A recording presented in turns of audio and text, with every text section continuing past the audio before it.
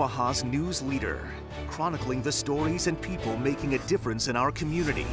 This is KETV News Watch 7's Chronicle. Good morning. Thanks for joining us. I'm Rob McCartney. This weekend, Omaha celebrates the reopening of the historic Gene Leahy Mall with some major upgrades. This morning, we're taking you inside the park for a look at the new additions. They include a climbable playground, security features, and there's even a spot for entertainment. It is all free to the public. First, I want to take a look back at the history of the center of downtown Omaha and the pathway to the riverfront. This idea came about in the mid-'70s during Gene Leahy's time as mayor. He wanted the city to what he called return to the riverfront, so the digging began. A man-made lagoon was put in place. Walkways on both sides led people through to the Missouri River. When it opened in the 80s, it was called Central Park Plaza. And then in 1992, the city decided to rename it after the former mayor.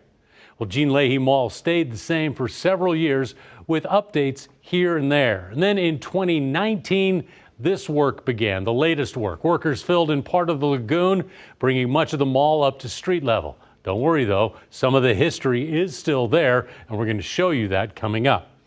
First, though, Omaha's current mayor, Jean Stothert, was at the forefront of this revitalization. She says it'll put Omaha on the map for more events.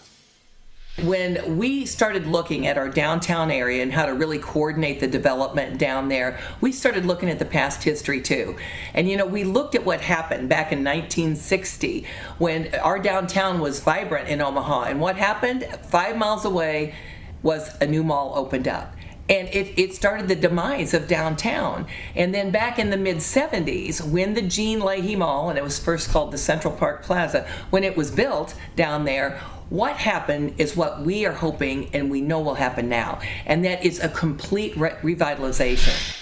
It has changed too. It used to be that you would bring businesses to a downtown and the people will follow. It has changed. It's now you bring people downtown and the businesses will follow. And we all know we have a labor shortage throughout the country. We have a labor shortage in Nebraska. But the more we could do to revitalize downtown, the more people will move downtown and then the businesses will follow. So it's great for economic development. You know, and I've been working with them and the designers and James Burnett out of San Diego, that is our landscape designer, since the get-go, from early on. And you know, this project has developed and developed and developed. But what we did do early on is we took a trip and we looked at other parks that James Burnett did. You know, we went to Oklahoma City, we went to Dallas in one day and looked at the parks he developed and what portions of it did people love. And we wanted to really incorporate that into this. When you think, too, of what's going on at the ConAgra campus, which will complement what we are doing at Heartland America Park, it's just an extension of the old market, which our visitors love to do, too. So much within the next couple of years will be finished, developed, open for our visitors to take part in. And, you know, we're not done yet. We are still looking, although we lost this next time for the swim trials, we're looking at other big events. What else could we bring here? And I think the more we have to offer and the more amenities we have to offer, the more people are going to look at Omaha and say that's where we want to be. And joining me this morning to talk more about the project are Ken Stinson and Moens Bai. They're co-chairs of the Riverfront Revitalization Committee. Gentlemen, thanks for being here today. Appreciate it. Thanks for having me. You know, the mayor said it's a case of build it and they will come. Ken, actually in 2018, you said, we think people outside of our community will be more inspired to move their families or perhaps their businesses or corporations to our community. Can a park and its related areas do that? I mean, that's putting a lot on a park. Well, it is, but this isn't a normal park. Okay. This is an extraordinary park with a tremendous amount of different amenities, different features, and so forth.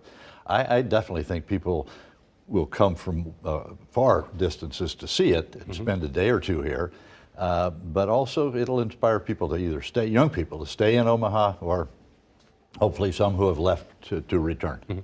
And you say stay in Omaha and Moens. I mean, is it a matter of bringing people to Omaha or getting people, say, from West Omaha to move? And because I know there's a movement to get people to Central and downtown. It's both. Okay. The more vibrant downtown is, the more people will also want to live there. So I think it's both. It's not an either or thing? No. How did, in your mind, let me ask you this, Moen, why did you get involved? I mean, What's it for you? What struck you? Well, actually, over the years, there have been a number of studies done to what to do about the riverfront. And they tend to end up in on a shelf somewhere. And nobody takes it and does something with it. And when Ken and I started talking about that, that's all the way back to 2016. Ken pointed out that I was about to retire, and he had retired, so this was a good project for us to undertake. And we did, because we have both learned from our predecessors in our respective companies that if you do well in a community personally, you have an obligation to give back to that community. And we both think that what we kind of became the catalyst for over the last 6 years is exactly a good example of that. I mean, you mentioned, you're Valmont, you're Kiewit. I mean, those are some big names, monster names in the Omaha area. I mean, you've certainly, to your point, Moens, I mean, you've seen that something like this is good for business too, right? Yes, it Yes. is. Yes. I mean, can you quantify that? Well, there's been an economic study done by Ernie Goss at Creighton, who does a lot of these around here. And his analysis showed that there's about a $10 billion economic impact just by the addition of these parks, the attraction of these parks over the next 30 years or so. Okay, you had to go out and you raised a lot of money, lion's share of the funding. Take me inside that negotiation. How do you quote, for lack of a term, quote unquote, beg for the money? Well, here's the reality. We didn't have to beg for the money. Okay. First of all, I'd say from the beginning, and as Moens alluded to, we've been involved in this for 5.5 years, and we didn't wait for 4 of those years to start talking about raising money.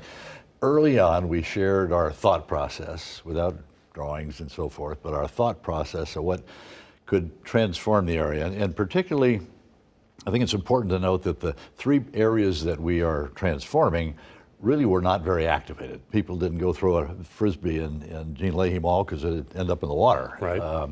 And so forth. And so, we started sharing that thought process and what we thought we could do, and started with people that could be significant donors, and brought them along in the process. I mean, literally, before we asked them for any money, asked them for some feedback, told them what we were trying to do, told them we were confident that we could get it done if we raised the money, and so forth. So it's a process, and it's, I think, partly because both Moens and I have been involved in other projects where we've raised money from a lot of the same people. They have a certain confidence that if we say we can get something done, we'll get it done. Right. I think a lot of people understand that in the area from what you two gentlemen have done.